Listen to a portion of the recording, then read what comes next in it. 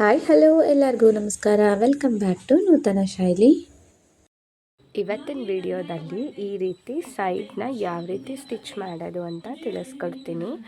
ಅಂದರೆ ಕೆಳಗಡೆ ಕುರ್ತಿದು ಬಾಟಮ್ ಇರುತ್ತಲ್ಲ, ಅದು ಸೈಡ್ಸಲ್ಲಿ ನಾವು ಈ ರೀತಿ ಯಾವ ರೀತಿ ಫಿಟ್ಟಿಂಗ್ನ ಮಾಡಬೇಕು ಅಂತ, ಯಾವ ರೀತಿ ಫೋಲ್ಡ್ ಮಾಡಿ ಸ್ಟಿಚ್ ಮಾಡಬೇಕು ಅಂತ ತಿಳಿಸ್ಕೊಡ್ತೀನಿ. ನಾವು ಹೇಗೆ ಸ್ಟಿಚ್ ಮಾಡಿದ್ರೂ ಇಲ್ಲಿ ನಮಗೆ ರಿಂಕಲ್ಸ್ ಅನ್ನೋದು ಬಂದುಬಿಡುತ್ತೆ. ರಿಂಕಲ್ಸ್ ಬರ್ದೇ ಯಾವ ರೀತಿ ಪರ್ಫೆಕ್ಟಾಗಿ ಸ್ಟಿಚ್ ಮಾಡೋದು ಅಂತ ಸಿಂಪಲ್ಲಾಗಿ ನಾನು ತಿಳಿಸ್ಕೊಡ್ತೀನಿ. ನಾನು ಆಲ್ರೆಡಿ ಒಂದು ಡ್ರೆಸ್ನ ಫಿಟ್ ಮಾಡಿದ್ದೆ, ಅದರದ್ದು ಸ್ಟಿಚಿಂಗ್ ಎಲ್ಲ ಆಗಿದೆ. ಜಸ್ಟ್ ಸೈಡ್ ಮಾತ್ರ ಇಲ್ಲಿ ಸ್ಟಿಚ್ ಮಾಡಿ ಹೊಲಿಬೇಕು, ಫೋಲ್ಡ್ ಮಾಡಿ ಸ್ಟಿಚ್ ಮಾಡಬೇಕು ಸೈಡನ್ನು.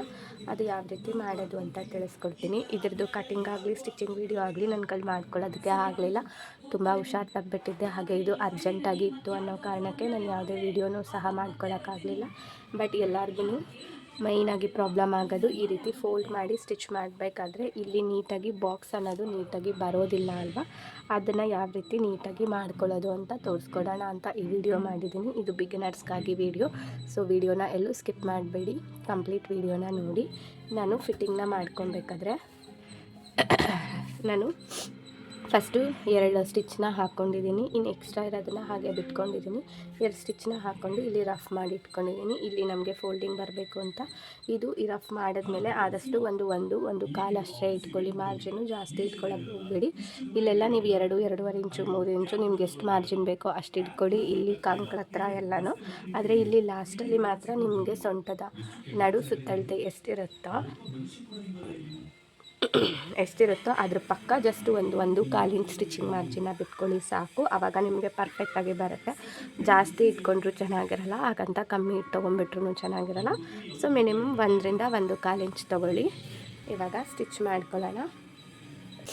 ಈಗ ನೀಟಾಗಿ ಇದು ಎಷ್ಟು ನಾನು ರಫ್ ಮಾಡಿದ್ದೀನಿ ಅಲ್ವಾ, ಅದನ್ನು ನೀಟಾಗಿ ಈ ರೀತಿ ಸಮಕ್ಕೆ ಇಟ್ಕೋಬೇಕಾಗತ್ತೆ. ಹಿಂದೆಗಡೆ ಯಾವ ಕ್ಲಾತು ಇಲ್ಲದಿರೋ ರೀತಿ ನೋಡಿಕೊಂಡು ಅರ್ಧಕ್ಕೆ ಅದನ್ನು ಸಮ ಮಾಡಿಕೊಂಡು ಈ ರೀತಿ ನೀಟಾಗಿ ಹೆಂಡು ತನಕ ಫೋಲ್ಡ್ ಮಾಡ್ಕೊಳ್ಳಿ. ಆಲ್ಮೋಸ್ಟ್ 1 ಇಂಚೇ ಬಿಟ್ಟಿರ್ತೀವಿ. ಕೆಲವರು ಹೀಗೆ ಕ್ರಾಸಾಗಿ ಬೇಕು ನಮಗೆ ಕೆಳಗಡೆ ಪನ್ನ ದೊಡ್ಡದಿರಬೇಕು ಅಂತ ಹೇಳ್ತಾರೆ, ಹಾಗಿದ್ರೂ ಅಷ್ಟೇ ಸ್ವಲ್ಪ ಕ್ರಾಸಾಗಿ ಫೋಲ್ಡ್ ಮಾಡ್ಕೊಳ್ಳಿ ಎಂಡಿಂಗಲ್ಲಿ. ಈಗ ನನಗೆ 2 ಸಮಾನ ಇರೋದ್ರಿಂದ ನಾನು ಸ್ಟ್ರೈಟಾಗಿ ಫೋಲ್ಡ್ ಮಾಡಿಕೊಂಡು, ಈಗ ನನಗೆ ಇಲ್ಲಿಗೆ ಅಂತ ಗೊತ್ತಾಗಿದೆ ಅಲ್ವಾ, ಇಷ್ಟು ಈ ರೀತಿ ನೀಟಾಗಿ ಫೋಲ್ಡ್ ಮಾಡಿಕೊಂಡು ಈಗ ಇಲ್ಲಿ ಕಾರ್ನರಲ್ಲಿ ಫಸ್ಟ್ ಸ್ಟಿಚ್ ಹಾಕ್ಕೊಂಬರ್ತೀನಿ.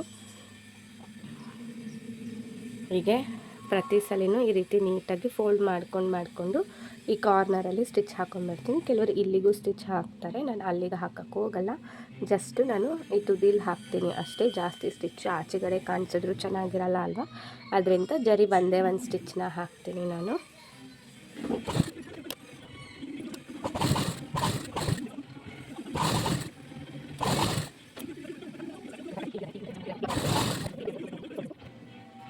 ಇಲ್ಲಿಗೆ ಎಂಡ್ ಆಗಿದೆ ನೋಡಿ, ಈ ಪಾರ್ಟ್ಗೆ ಎಂಡ್ ಆಗಿದೆ ನೋಡಿ, ಈ ಪಾರ್ಟ್ಗೆ ಎಂಡ್ ಆಗಿದೆ ಅಲ್ವಾ. ಅದಕ್ಕಿಂತ ಒಂದು ಕಾಲು ಇಂಚ್ ಮುಂದೆ, ಅಂದರೆ ಇದು ಎಂಡ್ ಆಗಿದೆ ಅಲ್ಲ, ಅಲ್ಲಿಂದ ಇನ್ನೊಂದು ಸ್ವಲ್ಪ ಮುಂದೆ ತನಕ ನಾವು ಸ್ಟಿಚ್ ಹಾಕೋಬೇಕಾಗಿರುತ್ತೆ. ಹಾಕ್ಕೊಂಡು ನೀರನ್ನು ಕೆಳಗಡೆ ಬಿಟ್ಬಿಟ್ಟೇ ಈ ರೀತಿ ತಿರುಗಿಸ್ಕೊಳ್ಳಿ. ನೀವು ಈ ರೀತಿ ತಿರುಗಿಸ್ಕೊಂಡು ಕಂಪ್ಲೀಟ್ ಇದೇನಿದೆ ಅದು ನೀಟಾಗಿ ಒಂದು ಲೈನ್ ಬರುತ್ತೆ, ನೀಟಾಗಿ ಸಮಕ್ಕೆ ಈ ರೀತಿ ಇದನ್ನು ಇಳಿಸ್ಬಿಟ್ಟು ಮತ್ತು ಇದನ್ನು ಅಷ್ಟೇ ಸಮಕ್ಕೆ ಫೋಲ್ಡ್ ಮಾಡ್ಕೊಳ್ಳಿ.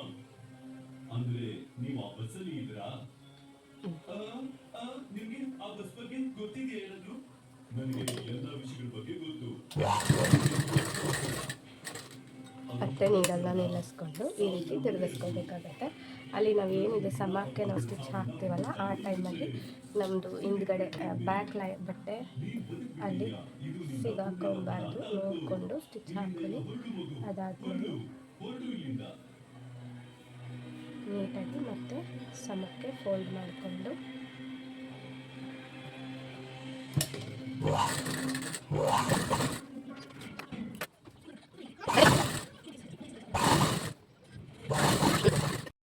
ನೋಡಿ, ಇವಾಗ ಈ ರೀತಿ ನೀಟಾಗಿ ಬರುತ್ತೆ.